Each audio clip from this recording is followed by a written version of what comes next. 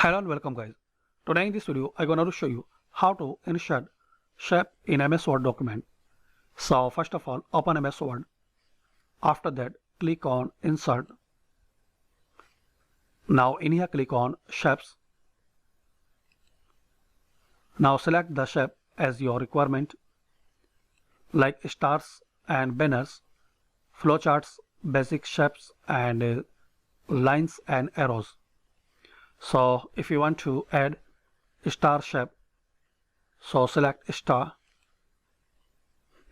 Now draw that shape where you want to add like this. Now you can customize this shape by changing the outline. You can change the effect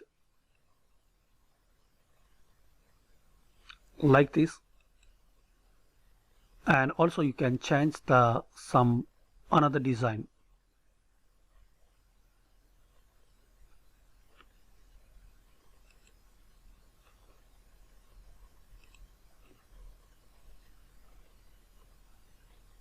That's it.